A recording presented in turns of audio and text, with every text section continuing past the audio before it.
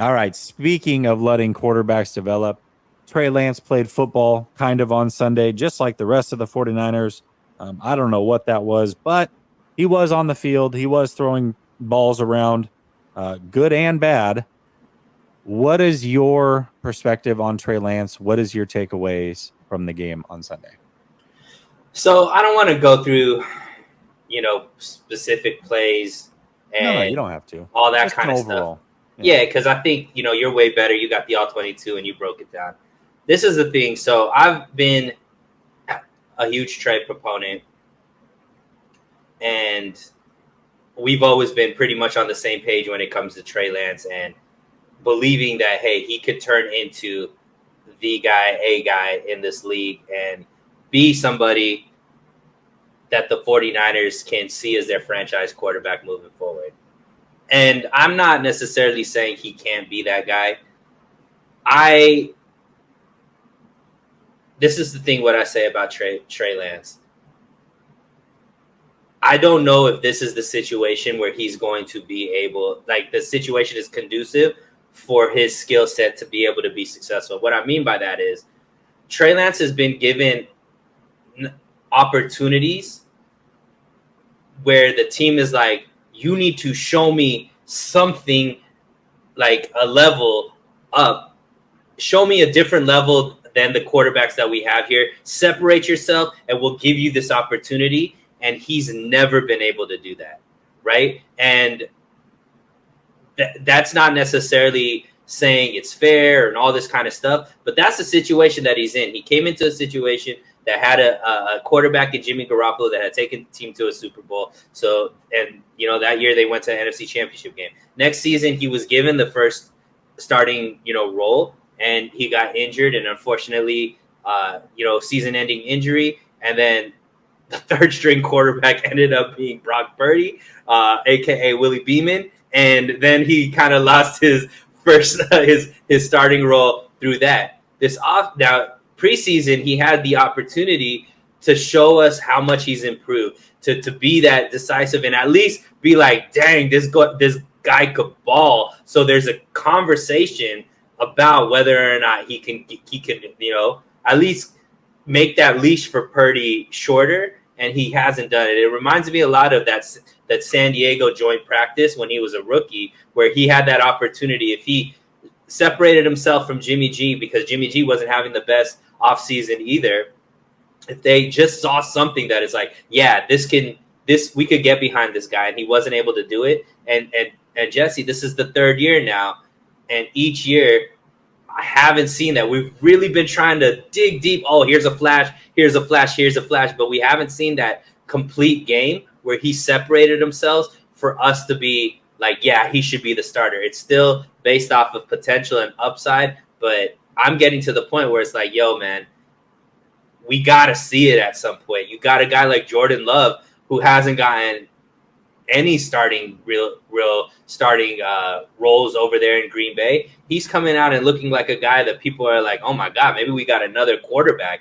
And then we haven't seen that in Trey Lance quite yet. We've seen that in flashes, but as far as a whole game, that's what my take was on Trey Lance. I really expected a lot more from him, even though I know it was an uphill battle. Like it's not like he had a lot of weapons around him or a lot of talent around him, but it just didn't look like he was. It didn't look. It didn't. He didn't give me enough to be like, yeah, that's why he should be starting over Purdy. Oh, for sure. I agree with that. So then it's a week to week league. What if next week he does give you that?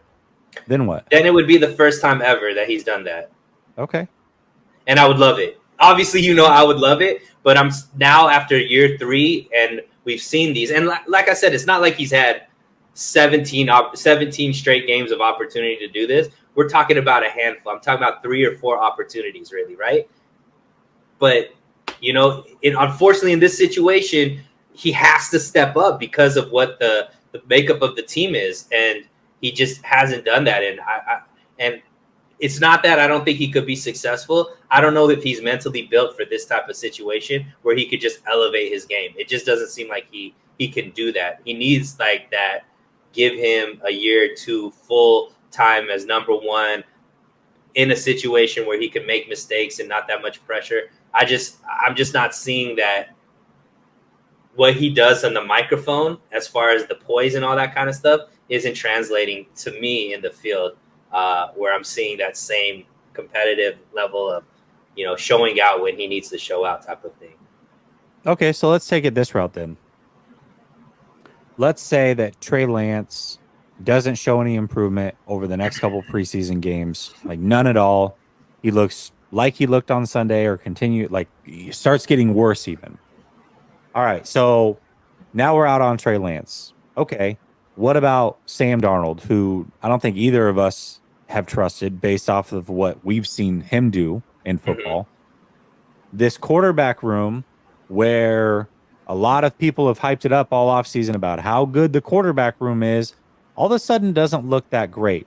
And now you've got Brock Purdy coming off of a major injury with expectations of the world on his shoulders. He's throwing a pick a day in practice. We talk about separating. I understand that he was the starting quarterback. He was always going to be the starting quarterback unless he fell on his face, which is what I've been saying. And then you heard Kyle Shanahan basically say the same thing, like he would have to fall completely apart in practice. I kept saying it's all about Brock Purdy and what he doesn't do versus what the other quarterbacks potentially will do in order to take over at number one. And Kyle Shanahan echoed those sentiments. So that being said, though, it's not like Brock Purdy has been out here lighting it up post injury here. And in a joint practice where Kyle said that was more important to him as far as evaluation goes for his players than what the preseason game was, what is the actual concern that maybe they don't have a quarterback at all that's worth a damn? Like, when do we start to get to that point? Because Brock Purdy's not separating himself from Trey Lance or Sam Darnold either. And it's funny, I'm going to bring this up real quick, just based off of practices. So it was like Eric Crocker, Steph Sanchez, Rohan, myself. We were all in a space like after the week that I spent at practice, and we were all asked the same question. Not based off of what we've seen to this point in their careers, but just based off of practices. Keep one or start one, bench one, cut one. And almost all of us to a T said, well, based off of just the practices, Purdy might be the one getting cut. So it's not like he's out here balling out so far either post-injury.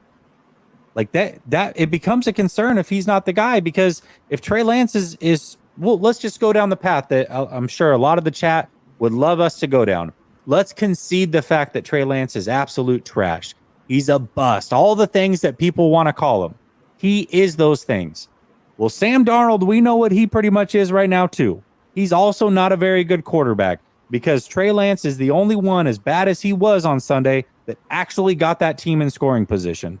So it's not like Sam Darnold's very good either, and we've seen him for 56 games. So now it's all on Brock Purdy, and if he's not what y'all think, this team could really be in some serious trouble.